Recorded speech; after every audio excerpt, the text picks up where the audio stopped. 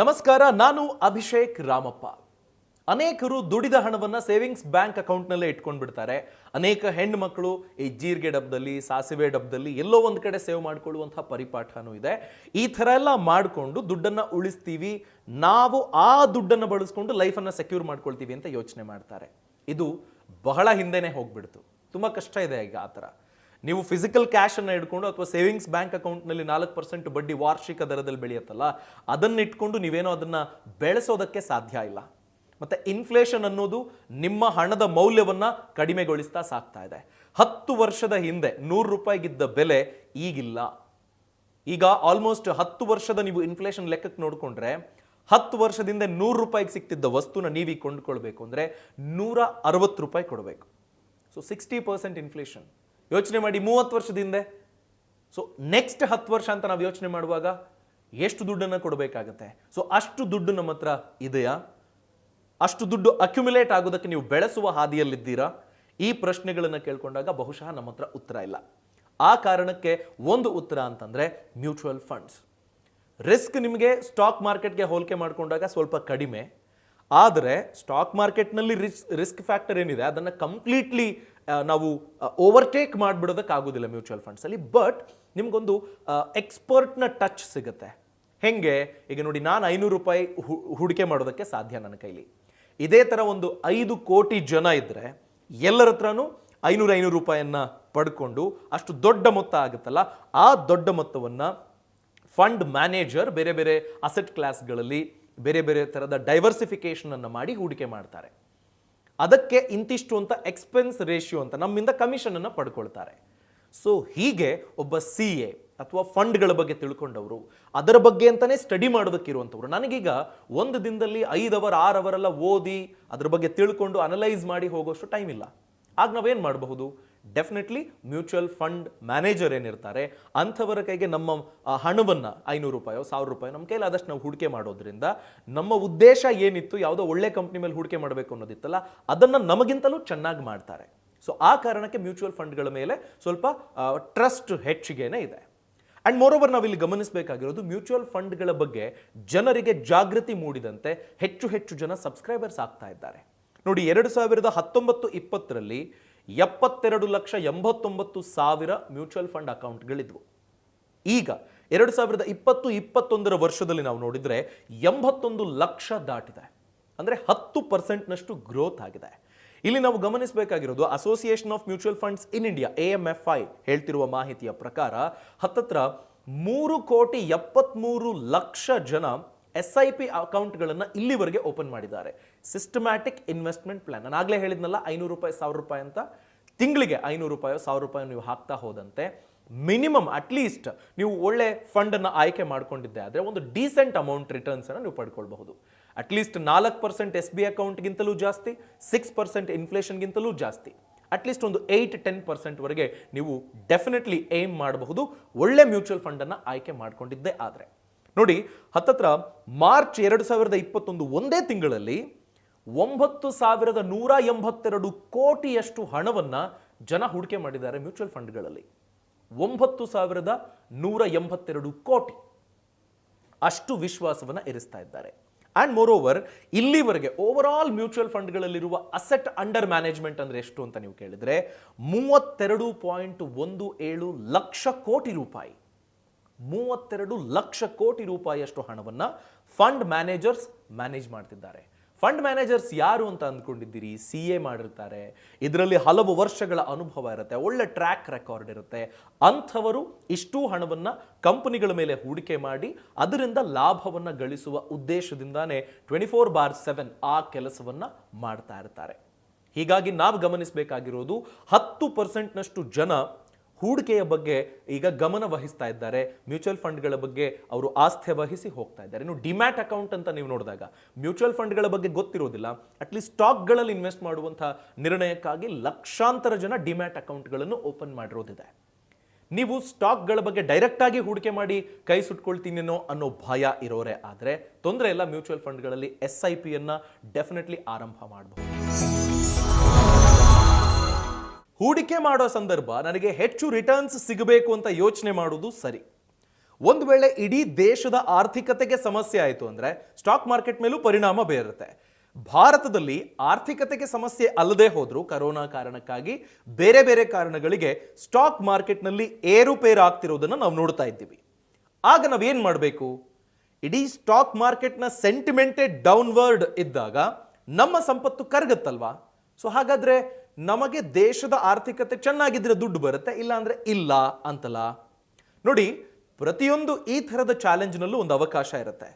ನಾವು ಈಗ for example Covid ಕಾರಣಕ್ಕೆ ಅಂತ ನೋಡಿಕೊಂಡಾಗ ಎಷ್ಟೋ ಫಾರ್ಮಾ ಸೆಕ್ಟರ್ನ ಕಂಪನಿಗಳು ಇಂಪ್ರೂವ್ ಆಗಿರೋದಿದೆ, ಚೆನ್ನಾಗಿ ಪರ್ಫಾರ್ಮ್ ಮಾಡ್ತಿರೋದಿದೆ, ಇನ್ಶೂರೆನ್ಸ್ ಕಂಪನಿಗಳು ಚೆನ್ನಾಗಿ ಪರ್ಫಾರ್ಮ್ ಮಾಡ್ತಿರೋದಿದೆ. ಆದರೆ ನಮಗೆ ಕೆಲ ಆಯ್ಕೆಗಳಿವೆ. ಒಂದು ವೇಳೆ ಅಂತಾರಾಷ್ಟ್ರೀಯ ಕಾರಣಗಳಿಂದಾಗಿ ಯಾವುದೋ ಒಂದು ದೇಶದ ಆರ್ಥಿಕತೆಯಲ್ಲಿ ಸಮಸ್ಯೆ ಉಂಟಾದಾಗ ವಿದೇಶದ ಆರ್ಥಿಕತೆಯ ವೇಗ ಚೆನ್ನಾಗಿ ಇದ್ರೆ, ಅದು ಚೆನ್ನಾಗಿ ಬೆಳೀತಿದೆ ಅಂತ ಆದ್ರೆ, ಅಥವಾ ಅವರ ಕರೆನ್ಸಿ ಸ್ಟ್ರಾಂಗ್ ಆಗಿದೆ ಅಂತ ಆದಾಗ ನಾವು ಅಲ್ಲಿನ ಫಂಡ್ಗಳ ಮೇಲೆ ಹೂಡಿಕೆ ಮಾಡುವ ಯೋಚನೆಯನ್ನ ಮಾಡಬಹುದು. ಫಾರ್ ಎಕ್ಸಾಂಪಲ್, ಯಾರು ಫೇಸ್ಬುಕ್ ಯೂಸ್ ಮಾಡೋದಿಲ್ಲ ಹೇಳಿ? ನಮ್ಮಲ್ಲಿ ಎಷ್ಟು ಜನ ಐಫೋನ್ ಯೂಸ್ ಮಾಡೋರಿದ್ದಾರೆ? ಅಥವಾ ಟೆಸ್ಲಾ ಕಾರ್ ಭಾರತಕ್ಕೆ ಬರುತ್ತೆ ಅಂದ ಕೂಡಲೇ ಎಷ್ಟು ಜನ ಯೋಚನೆ ಮಾಡಿಲ್ಲ? ಅಮೆಝಾನ್ ಕಂಪನಿಯ ಪ್ರಾಡಕ್ಟ್ಸ್ ಅನ್ನ ಎಷ್ಟು ಜನ ಪಡ್ಕೊಳ್ತಾ ಇಲ್ಲ? ಸೊ ಹಾಗಾದ್ರೆ ಆ ಕಂಪನಿ ಮೇಲೆ ನಾನು ಹೂಡಿಕೆ ಮಾಡಬೇಕು ಅಂದ್ರೆ ಏನ್ ಮಾಡಬೇಕು? ಕ್ಯಾಮರಾ ಅಂತ ಬಂದ ಕೂಡಲೇ ದಿ ಬೆಸ್ಟ್ ಅಪ್ಪ, ಸೋನಿ ಅನ್ನೋ ಬ್ರ್ಯಾಂಡ್ ಚೆನ್ನಾಗಿದೆ. ಅಥವಾ ನಾವು ಕಾರ್ಗಳಂತ ನೋಡಿದಾಗ ಹ್ಯುಂಡೈ ಕಾರ್ಗಳು, ಅದು ಚೆನ್ನಾಗಿ ಮಾರ್ಕೆಟ್ನಲ್ಲಿ ಪರ್ಫಾರ್ಮ್ ಮಾಡ್ತಿರೋದಿದೆ. ಅಥವಾ ಇನ್ಯಾವುದೋ ಒಂದು ಮೊಬೈಲ್ ಬ್ರ್ಯಾಂಡ್, ನಾನು ಯಾಕೆ ಅದ್ರ ಮೇಲೆ ಹೂಡಿಕೆ ಮಾಡಬಾರ್ದು ಅಂತ ಯೋಚನೆ ಮಾಡಬಹುದು. ನಾವು ಅಲ್ಲಿ ಹೂಡಿಕೆ ಮಾಡಬೇಕು ಅಂದ್ರೆ ನಮ್ಮ ದೇಶದ ಕಂಪನಿ ಅಲ್ಲ. ಸೊ ನಾನೇನು ಮಾಡಲಿ? ಅದೇ ದೇಶದ ಕಂಪನಿಗಳ ಮೇಲೆ ನಮ್ಮ ದೇಶದ ಕೆಲ ಮ್ಯೂಚುವಲ್ ಫಂಡ್ಗಳು ಆ ದೇಶದ ಮ್ಯೂಚುವಲ್ ಫಂಡ್ಗಳ ಜೊತೆಗೆ ಕೈ ಜೋಡಿಸಿ ಹೂಡಿಕೆ ಮಾಡೋದಕ್ಕೆ ಅವಕಾಶ ಇದೆ. ಸೊ ಅಂಥ ಫಂಡ್ಗಳನ್ನು ನಾವು ಆಯ್ಕೆ ಮಾಡಿಕೊಂಡ್ರೆ ಡೆಫಿನೆಟ್ಲಿ ನಾವು ಸಹ ಫೇಸ್ಬುಕ್, ಆಪಲ್, ಟೆಸ್ಲಾ, ಅಮೆಝಾನ್ ಇಂಥ ಕಂಪನಿಗಳ ಮೇಲೆ ಹೂಡಿಕೆ ಮಾಡೋದಕ್ಕೆ ಸಾಧ್ಯ. ಗೂಗಲ್, ಬೇರೆ ಬೇರೆ ಕಂಪನಿಗಳು ಈಗ ಬೇರೆ ಬೇರೆ ದೇಶದಲ್ಲಿ ಚೆನ್ನಾಗಿ ಪರ್ಫಾರ್ಮ್ ಮಾಡ್ತಿರೋದಿರುತ್ತೆ. ಚೀನಾದ ಯಾವುದೋ ಕಂಪನಿ ಅಥವಾ ಸೌತ್ ಕೊರಿಯಾದ ಯಾವುದೋ ಕಂಪನಿ, ಹೀಗೆ ನೀವು ಆಯ್ಕೆ ಮಾಡ್ಕೊಂಡು ಇನ್ವೆಸ್ಟ್ ಮಾಡಬಹುದು. ಸೊ ಅಂತಹ ಫಂಡ್ಗಳನ್ನು ಆಯ್ಕೆ ಮಾಡೋ ಮುನ್ನ ನೀವು ಚೆನ್ನಾಗಿ ಯೋಚನೆ ಮಾಡಬೇಕಾಗುತ್ತೆ, ಅದ್ರ ಬಗ್ಗೆ ಸ್ಟಡಿ ಮಾಡಬೇಕಾಗುತ್ತೆ. ಫಾರ್ ಎಕ್ಸಾಂಪಲ್, ಅಮೆರಿಕನ್ ಕಂಪನೀಸ್ ಅಂತ ನಾವು ನೋಡಿದ್ರೆ ಡಾಲರ್ ರೂಪಾಯಿಗೆ ಹೋಲಿಕೆ ಮಾಡಿದಾಗ ತುಂಬಾ ಚೆನ್ನಾಗಿದೆ, ಒಳ್ಳೆ ಗ್ರೋತ್ ಅನ್ನು ತೋರಿಸ್ತಾ ಇದೆ. ಸೊ ಅನೇಕ ನಮ್ಮ ಫಾರಿನ್ ಇನ್ಸ್ಟಿಟ್ಯೂಷನಲ್ ಇನ್ವೆಸ್ಟರ್ಸ್ ಏನ್ ಮಾಡ್ತಾರೆ, ಡೆವಲಪಿಂಗ್ ಎಕಾನಮಿ ಮೇಲೆ ಹಣವನ್ನು ಹಾಕಿರ್ತಾರೆ. ಯಾವಾಗ ಏನೋ ಏರುಪೇರು ಆಗ್ಬಿಡುತ್ತೆ ಅಂತ ಅನ್ಸುತ್ತೆ, ಅಲ್ಲಿಂದ ಫಂಡ್ಸ್ ಅನ್ನು ತೆಗೆದು ಸ್ವಲ್ಪ ಸ್ಟ್ರಾಂಗ್ ಇರೋ ಕಡೆ ಅಥವಾ ಒಳ್ಳೆ ರಿಟರ್ನ್ಸ್ ಬರೋ ಕಡೆ ಹಾಕ್ಬಿಡ್ತಾರೆ. ಸೊ ಅಂಥ ಆಯ್ಕೆಯ ಬಗ್ಗೆ, ಹಾಗಾದ್ರೆ ನಾವು ಅಂಥ ಫಾರಿನ್ ಫಂಡ್ಗಳ ಬಗ್ಗೆ ಹೆಚ್ಚು ಹೆಚ್ಚು ತಿಳ್ಕೊಳ್ಬೇಕಾಗತ್ತೆ. ತುಂಬಾ ಚೆನ್ನಾಗಿ ಪರ್ಫಾರ್ಮ್ ಮಾಡ್ತಿರುವ, ನಮ್ಮಲ್ಲಿದ್ದುಕೊಂಡು ಬೇರೆ ಕಡೆಗೆ ಹೂಡಿಕೆ ಮಾಡುವಂತಹ ಯಾವುದಾದ್ರೂ ಫಂಡ್ಗಳಿದ್ದಾವ? ಅಥವಾ ನಾನು ಇಂಟರ್ನ್ಯಾಷನಲ್ ಫಂಡ್ಗಳನ್ನು ಆಯ್ಕೆ ಮಾಡ್ಕೊಳ್ಬೇಕು ಅನ್ನೋದಾದ್ರೆ ಯಾವ ಫಂಡ್ಗಳು ಚೆನ್ನಾಗಿ ಪರ್ಫಾರ್ಮ್ ಮಾಡ್ತಿದೆ, ನಮಗೆ ಹೂಡಿಕೆ ಮಾಡೋದಕ್ಕೆ ಅವಕಾಶ ಇದೆ ಅನ್ನೋದನ್ನ ತಿಳ್ಕೊಳ್ಳೋದಕ್ಕೆ ಕೆಲ ಫಂಡ್ಗಳು ತುಂಬಾ ಚೆನ್ನಾಗಿ ಪರ್ಫಾರ್ಮ್ ಮಾಡ್ತಿರೋ ಎಕ್ಸಾಂಪಲ್ಸ್ ಅನ್ನ ನಾನು ನಿಮಗೆ ತೋರಿಸ್ತಾ ಇದ್ದೀನಿ. ದಯಮಾಡಿ ಗಮನಿಸಿ. ಇಂಥ ಫಂಡ್ಗಳ ಬಗ್ಗೆ ಹೆಚ್ಚು ಹೆಚ್ಚು ತಿಳ್ಕೊಂಡು ನಿಮ್ಮ ಅಗತ್ಯತೆಗೆ ತಕ್ಕ ಹಾಗೆ, ನಿಮ್ಮ ಅನಾಲಿಸಿಸ್ಗೆ ತಕ್ಕ ಹಾಗೆ ನೀವು ಹೂಡಿಕೆಯನ್ನ ಮಾಡಬಹುದು. ನೋಡಿ, ಸ್ಕ್ರೀನ್ ಅನ್ನು ನೀವು ಗಮನಿಸಿದ್ರೆ ಎಡೆಲ್ವೈಸ್ ಗ್ರೇಟರ್ ಚೀನಾ ಈಕ್ವಿಟಿ ಅನ್ನೋ ಫಂಡ್ 1 ವರ್ಷದ ರಿಟರ್ನ್ಸ್ 60.8%, 3 ವರ್ಷದ ರಿಟರ್ನ್ಸ್ ಅಂತ ನಾವು ನೋಡಿದ್ರೆ 25.77%. ಇನ್ನು PMG India global equity opportunities fund returns 1 ವರ್ಷದ್ದು 65.24%, 3 ವರ್ಷದ returns 32.77. Franklin India feeder Franklin US opportunities fund 50.81%, 1 ವರ್ಷದ ರಿಟರ್ನ್ 27.08, 3 ವರ್ಷದ return. Nippon India US equity opportunities fund 1 ವರ್ಷದ ರಿಟರ್ನ್ಸ್ 55.45, 3 ವರ್ಷದ್ದು 26.58. DSP world mining fund 84.5% returns ಅನ್ನು ಕೊಟ್ಟಿದೆ 1 ವರ್ಷದಲ್ಲಿ. ಇನ್ನು 19.66% 3 ವರ್ಷದಲ್ಲಿ. ಆದಿತ್ಯ ಬಿರ್ಲಾ ಸನ್ ಲೈಫ್ ಇಂಟರ್ನ್ಯಾಷನಲ್ 41.12%, 1 ವರ್ಷದ ರಿಟರ್ನ್ಸ್ 16.99, 3 ವರ್ಷದ returns. ICICI Prudential US blue chip equity fund 43.97%, 1 ವರ್ಷದ ರಿಟರ್ನ್ಸ್. ಹಾಗೆಯೇ 3 ವರ್ಷದ returns 24.71. Principal global opportunities fund 81.55%, 1 ವರ್ಷದ ರಿಟರ್ನ್ಸ್ 15.69, 3 ವರ್ಷದ ರಿಟರ್ನ್ಸ್. ನಾವಿಲ್ಲಿ ನೋಡಿದಾಗ 1 ವರ್ಷಕ್ಕೆ DSP ವರ್ಲ್ಡ್ ಮೈನಿಂಗ್ ಫಂಡ್ ಅತಿ ಹೆಚ್ಚು ರಿಟರ್ನ್ಸ್ ಅನ್ನು ತಂದುಕೊಟ್ಟಿರುವ ಫಂಡ್ ಆಗಿದೆ. ಹಾಗೆಯೇ ನಾವು 3 ಇಯರ್ ರಿಟರ್ನ್ಸ್ ಅಂತ ನೋಡುವಾಗ PMG India global equity opportunities fund 32.77% returns ಅನ್ನು ಕೊಟ್ಟಿದೆ. ನಾವು ಈ ಟೇಬಲ್ನಿಂದ ಅರ್ಥ ಮಾಡ್ಕೊಳ್ಬೇಕಾಗಿರೋದೇನಪ್ಪ ಅಂತ ಅಂದರೆ, ಲಾಂಗ್ ಟರ್ಮ್ ಹೂಡಿಕೆ ಮಾಡ್ತೀರಾ ಅಥವಾ 1 ವರ್ಷದ ಹೂಡಿಕೆಯಿಂದ ನೀವು ಲಾಭ ಮಾಡಬೇಕು ಅಂತ ಅಂದುಕೊಂಡಿದ್ದೀರಾ. ನೀವು ಮ್ಯೂಚುವಲ್ ಫಂಡಲ್ಲಿ ದುಡ್ಡು ಹಾಕಿ 1 ವರ್ಷದಲ್ಲೇ ನಿಮ್ಮ ಅಮೌಂಟ್ ಏನು ಹಾಕಿರ್ತೀರಿ ಅದನ್ನು ಎತ್ಕೊಂಡ್ರೆ ವಾಪಸ್ ನೀವು, ಆಗ 15% STCGಯನ್ನು ಕಟ್ಟಬೇಕಾಗುತ್ತೆ, ಶಾರ್ಟ್ ಟರ್ಮ್ ಕ್ಯಾಪಿಟಲ್ ಗೇನ್ಸ್. ಹಾಗೆಯೇ ಲಾಂಗ್ ಟರ್ಮ್ ಅಲ್ಲಿ ಒಂದು ವೇಳೆ 1 ವರ್ಷದ ಬಳಿಕ ನೀವೇನು ನಿಮ್ಮ ಹಣವನ್ನು ಹೂಡಿಕೆ ಮಾಡಿರ್ತೀರಿ ಅದು 1 ಲಕ್ಷವನ್ನ ಮೀರಿದ್ರೆ ಗಳಿಕೆ, ಆಗ ನೀವು 10% LTCGಯನ್ನು ಕಟ್ಟಬೇಕಾಗುತ್ತೆ, long term capital gains tax ಅನ್ನ. ಸೊ ಇದನ್ನ ಗಮನಿಸಿ ಮುಂದುವರಿಯೋದು ಉತ್ತಮ.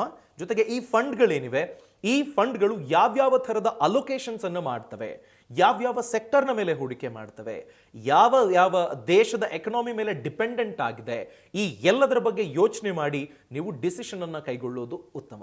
ಸೊ ಮ್ಯೂಚುವಲ್ ಫಂಡ್ನ ಬಗ್ಗೆ ನಿಮಗೆ ಆಸಕ್ತಿ ಇದ್ರೆ, ಬೇರೆ ದೇಶದ ಸ್ಟ್ರಾಂಗರ್ ಕರೆನ್ಸಿಯ ಏನು ವ್ಯಾಲ್ಯೂ ಇದೆ ಅದರ ಲಾಭವನ್ನು ನೀವು ಪಡ್ಕೊಳ್ಬೇಕು, ನಾನು ಅಲ್ಲಿ ಹೂಡಿಕೆ ಮಾಡಬೇಕು, ನಾನು ಅದರ ಭಾಗಿದಾರನ ಆಗಬೇಕು ಅಂತ ನೀವು ಅಂದ್ಕೊಂಡ್ರೆ ಈ ಥರದ ಆಯ್ಕೆಗಳಿವೆ. ಇದ್ರ ಬಗ್ಗೆ ಹೆಚ್ಚಾಗಿ ತಿಳ್ಕೊಂಡು ಮುಂದುವರಿರಿ. ಇದು ಪ್ಯೂರ್ಲಿ ಎಜುಕೇಶನಲ್ ಪರ್ಪಸ್, ನಿಮಗೆ ಈ ಫಂಡ್ಗಳ ಪರ್ಫಾರ್ಮೆನ್ಸ್ನ ಬಗ್ಗೆ ಮಾಹಿತಿ ತಿಳಿಸಿರೋದು. ಇದು ಶಿಫಾರಸು ಅಲ್ಲ. ನೀವಿಲ್ಲಿರುವಂಥ ಯಾವುದೋ ಒಂದು ಫಂಡ್ನ ಆಯ್ಕೆ ಮಾಡ್ಕೊಳ್ಬೇಕು ಅನ್ನೋದು ನಮ್ಮ ಉದ್ದೇಶ ಅಲ್ಲ. ನೀವು ಖಂಡಿತವಾಗಿಯೂ ಸ್ಟಡಿ ಮಾಡಿದ ಬಳಿಕ ನಿಮ್ಮ ಅನಾಲಿಸಿಸ್ನ ಪ್ರಕಾರ ಮುಂದುವರಿರಿ. ಇನ್ನು ಇನ್ ಡೆಪ್ತ್ ಆಗಿ ನೀವು ಸ್ಟಡಿ ಮಾಡಬೇಕು ಅನ್ನೋ ಉದ್ದೇಶ ಇದ್ರೆ, ಫಿನಾನ್ಷಿಯಲ್ ಫ್ರೀಡಮ್ ಅಪ್ಲಿಕೇಶನ್ ಅಲ್ಲಿ stocks, shares, mutual fund, IPO, ಕೃಷಿ ಹಾಗೆಯೇ ಬಿಸ್ನೆಸ್ ಎಲ್ಲದರ ಬಗ್ಗೆನೂ ಡೀಟೇಲ್ಡ್ ಕೋರ್ಸ್ ಇದೆ. ಅಲ್ಲಿ ನೀವು ಹೆಚ್ಚಾಗಿ ಕಲಿಯೋದಕ್ಕೆ ಅವಕಾಶ ಇದೆ. ನಾನಲ್ಲ, ಎಕ್ಸ್ಪರ್ಟ್ಸ್ ಹೇಳಿಕೊಡ್ತಾರೆ. ಆ ಫೀಲ್ಡ್ನಲ್ಲಿ ಪಳಗಿರುವ ಲಾಭವನ್ನು ಮಾಡಿಕೊಂಡವರು ನಿಮಗೆ ಅದರ ಆಗು ಹೋಗುಗಳನ್ನು, ಲಾಭದ ಪಾಠವನ್ನು ಮಾಡ್ತಾರೆ. ಸೊ ಹಾಗಾಗಿ ಫಿನಾನ್ಷಿಯಲ್ ಫ್ರೀಡಮ್ ಅಪ್ಲಿಕೇಶನ್ ಈ ಕೂಡಲೇ ಡೌನ್ಲೋಡ್ ಮಾಡಿಕೊಳ್ಳಿ, ಅಲ್ಲಿರುವ ಕೋರ್ಸ್ಗಳನ್ನು ಗಮನಿಸಿ. ಸಬ್ಸ್ಕ್ರೈಬ್ ಆಗೋ ಸಂದರ್ಭ LEARN LEARN ಅನ್ನೋ ರೆಫರಲ್ ಕೋಡ್ ಬಳಸಿದ್ರೆ 2,000 ರೂಪಾಯಿ ಸ್ಕಾಲರ್ಶಿಪ್ ಸಹ ಸಿಗುತ್ತೆ. ಸೊ ಬುದ್ಧಿವಂತರಾಗಿ, ಶ್ರೀಮಂತರಾಗಿ.